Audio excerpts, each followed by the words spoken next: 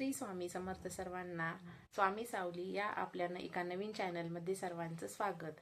तर आज आपण बघणार आहोत की स्वामी चरित्र सारामृत कोणत्या पद्धतीने करायचं, कसं वाचायचं आणि का वाचायचं, त्याचे नियम अटी काय आहेत, आज आपण हे बघणार आहोत.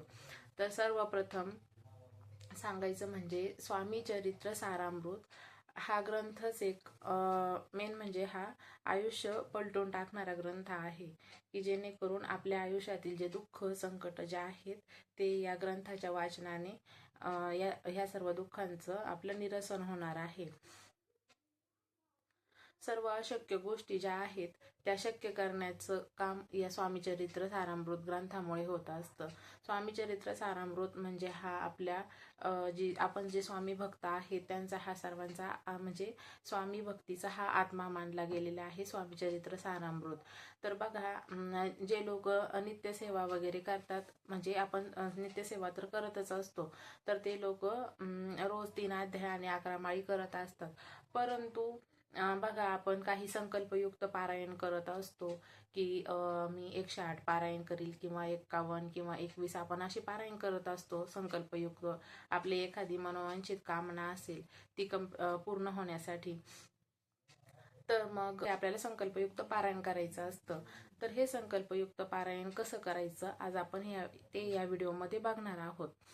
महत्वाचं म्हणजे आपण स्वामी चरित्र सारामृत पारायण हे का करावं हे आपण अगोदर बघून घेऊ. मूलबाळ होत नाहीये, नोकरी संबंधी काही अडचणी आहेत, वैवाहिक जीवनातील काही अडचणी आहेत किंवा इतर काही गोष्टी असतात, तर या सर्वांचं निरसन करण्यासाठी आपल्याला स्वामी चरित्र सारामृताचा ग्रंथ वाचायचा आहे.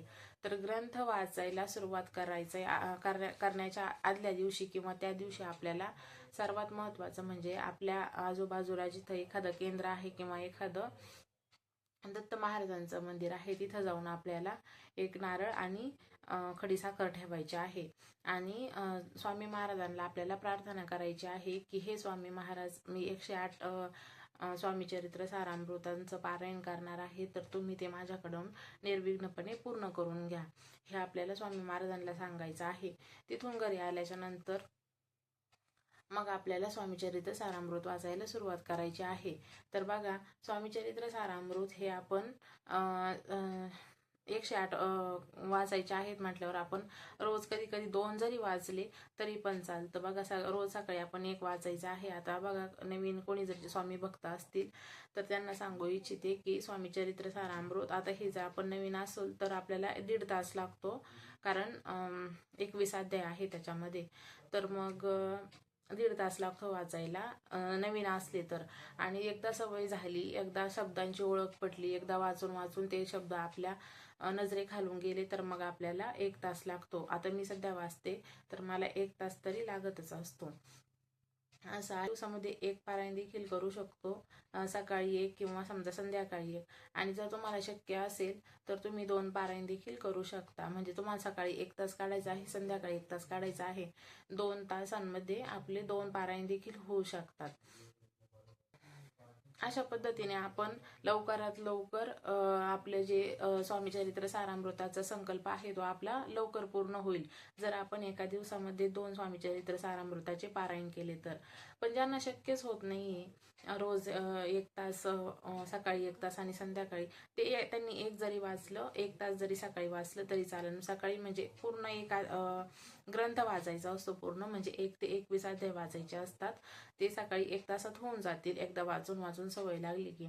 परंतु खरंच ज्यांना आता बघा काही जॉबवाल्या महिला असतात किंवा घरात काही लहान मुलं वगैरे असतात त्यांच्यामुळे आपल्याला शक्य होत नाही, तर तुम्ही रोज 3 अध्याय देखील वाचू शकता.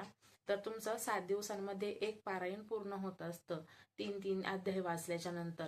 परंतु काय होईल, याच्यामुळे काय होईल, खूपच 4 ते 5 महिने लागतील आपल्याला एवढे 108 सारामृत करण्यासाठी.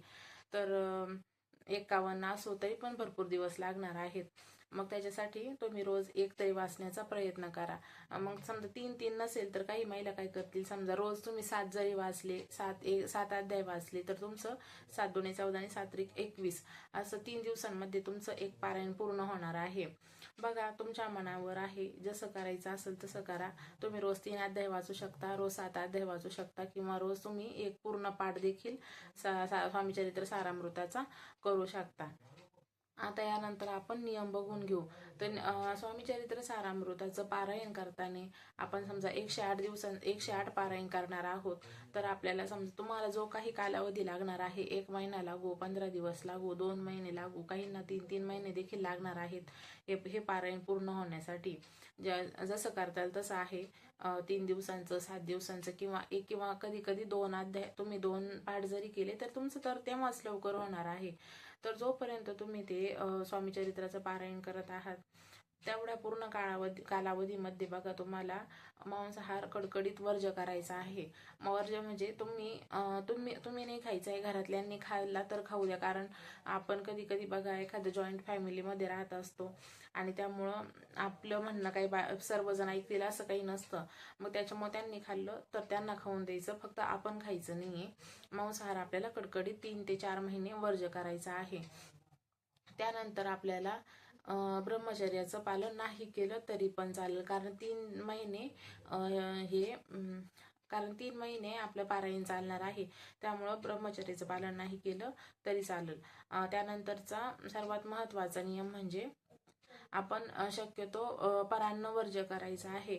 परान्न वर्ज्य करायचं म्हणजे आता काय होणार आहे, 2 ते 3 महिने समजा लागतील आपल्या एवढ्या पारायणाला.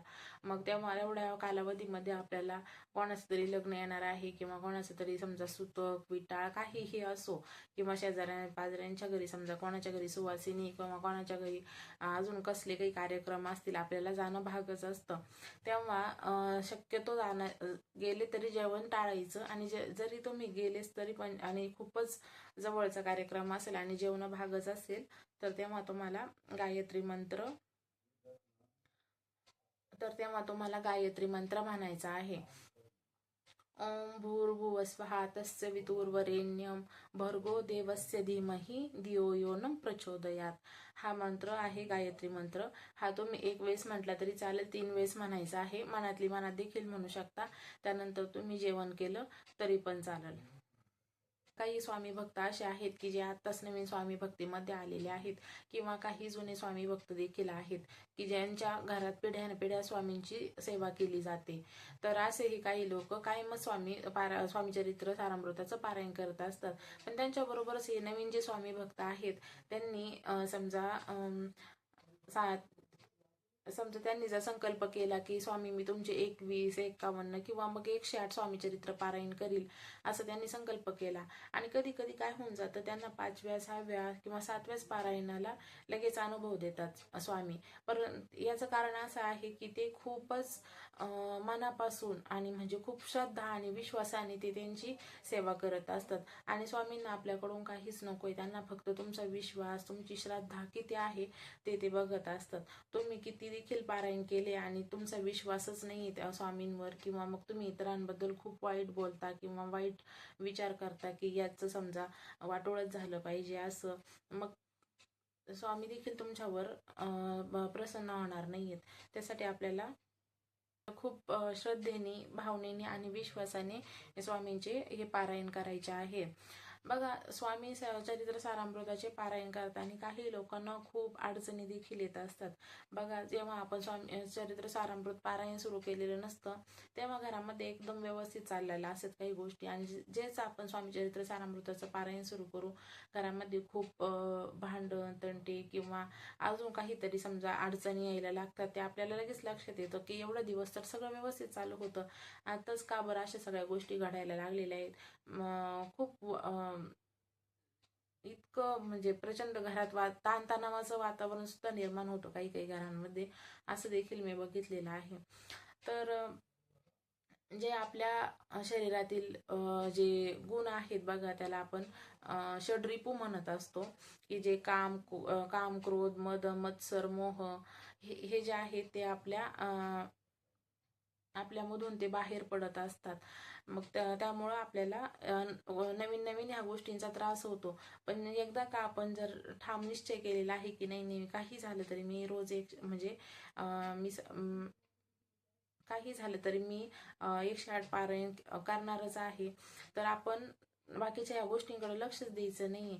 किती आपल्या घरामध्ये वाद होऊ राहिले किंवा काही, आपण फक्त आपला फोकस फक्त पूर्ण आपलं पारायण कसं कंप्लीट करता येईल आपल्याला याच्यावरच ठेवायचं आहे. आणि स्वामी स्वामी फक्त आपली ही परीक्षा बघत असतात. आणि एकदा आपण या परीक्षेतून पास झालो म्हणजे मग आपल्याला आपल्या पारायणाचं फळ मिळणारच असतं. तर अशा पद्धतीने आहे. तर स्वामी फक्त आपली ही परीक्षा बघणार आहेत आणि आपल्याला त्याच्यातून कसं तारायचं आहे हे स्वामींनाच माहिती आहे. आपण फक्त आपलं कर्म करायचं आहे की आपण किती पारायण करतो किंवा स्वामींचं नाम किती मनातली मनात जपतोय ते आपण आपलं ठरवायचं आहे. अडचणी आल्या तरी पण स्वामी आपल्यासोबत राहणारच आहेत. आता बघा, काही लोकांकडे खूप सोनं नाणं चांदी गाडी बंगले खूप असतात, परंतु त्या लोकांना जे मानसिक सुख आहे किंवा ते त्यांच्या म्हणजे त्यांच्याकडे जे आत्मिक सुख जे आहे ते त्यांना नसतं. कारण आणि आपण म्हणतो त्या लोकांचं खूप चांगलं होतं खूप चांगलं होतं, असं का बरं होतं, परंतु ते त्यांच्या लाईफमध्ये मानसिक रीतीने सुखी नसतात. पण आपल्याला असं करायचं नाही. आपल्याला आपण सेवा करून पण आपल्याला आपले स्वामी महाराज आपल्या सोबत असणं गरजेचं आहे. साक्षात ब्रह्मांड नायक जर आपल्या सोबत असतील तर आपल्याला आणखी दुसऱ्या गोष्टींची काय गरज आहे. तर अशा पद्धतीने आहे ते. तर तुम्ही देखील या स्वामी चरित्र सारामृताचा अनुभव घ्या एकदा. कुणी ज्यांना शक्यच नसतील त्यांनी सर्वात प्रथम 21 स्वामी चरित्राचा संकल्प करा. ते कंप्लीट झाल्याच्या नंतर परत पुन्हा 51 स्वामी चरित्रांचा संकल्प करा. त्यानंतर मग 108 स्वामी चरित्रांचा संकल्प करा. असं करून करून तुमचे खूप स्वामी चरित्रांचं देखील पारायण होणार आहे. आणि बघा, एकदा 21 झाले ना माणूस आपोआप 51 करील, 51 झाले ना माणूस आपोआप 108 देखील पारायण करणारच आहे. तर अशा पद्धतीने आहे. तर बघा, तुम्ही कोणत्याही गुरुवारी या स्वामी चरित्राची सुरुवात करू शकता. आता समजा बुधवार आहे, तुम्ही बुधवारी जरी आदल्या दिवशी जरी जाऊन आले स्वामींच्या केंद्रामध्ये तरी चालेल. गुरुवारी आपण सुरुवात करायची. कुठल्याही महिन्याचा पहिला गुरुवार असो किंवा तुम्हाला अचानकच आज आठवलं आज गुरुवार आहे आणि आजपासूनच मला सेवा करायची, चालेल. स्वामींच्या सेवेकरता कुठलाही वार चांगलाच आहे. असं नाही का आता आजचा दिवस नाही किंवा उद्याचा दिवस नाही, असं काही नसतं. त्यामुळं तुम्हाला वाटलं आज सुरू करायची तर लगेच आज पण तुम्ही सेवा सुरू करू शकता. सगळे दिवस चांगलेच असतात. हे माणसांनी ठरवलेले आजचा दिवस चांगला नाही उद्याचा दिवस चांगला नाही असं काही नसतं. तर अशा पद्धतीने आहे. तुम्ही देखील नक्की स्वामी चरित्र सारामृताचे पारायण करा, 108 पारायण करा आणि मला तुमचा चांगला अनुभव आलेला जो आहे तो मला नक्की शेअर करा. तर आजचा हा स्वामी चरित्र सारामृताचा व्हिडिओ मी इथंच थांबवते. श्री स्वामी समर्थ.